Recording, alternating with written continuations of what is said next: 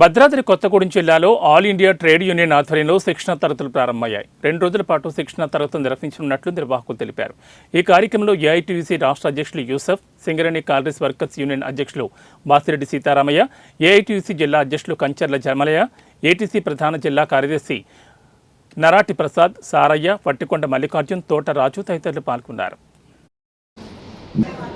భారతదేశంలో దేశ పాలకులు కానివ్వండి, రాష్ట్రాలను పాలించే పాలకులు కానివ్వండి, కార్మిక వర్గానికి వ్యతిరేకంగా చేస్తున్నటువంటి ప్రయత్నాలు ఏవైతే ఉన్నాయో మొత్తం కార్మిక వర్గాన్ని బానిసలుగా మార్చి యాజమాన్యాలకు పూర్తిగా దేశ సంపద దోచిపెట్టేటటువంటి విధానాన్ని ఇవాళ అమలు చేస్తూ ఉన్నారు.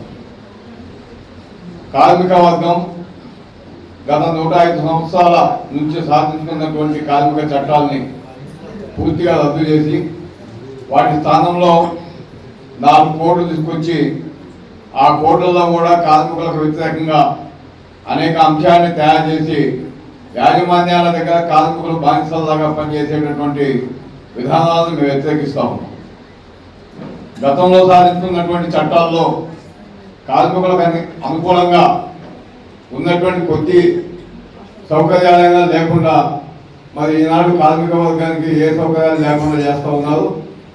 దీంట్లో భాగంగానే ఇప్పుడు చేస్తున్నటువంటి 8 గంటల పని స్థానంలో 12 గంటలు పనిచేయాలని చెప్పి కోడ్లలో చేర్చడం జరిగింది. అట్లాగే గతంలో ఉద్యోగంలో చేరినటువంటి ఉద్యోగి 58 సంవత్సరాల దాకా ఉద్యోగ భద్రత కలిగి ఉండి రిటైర్మెంట్ అయిన తర్వాత పెన్షన్ సౌకర్యం తీసుకునేటటువంటి అవకాశం ఉండే.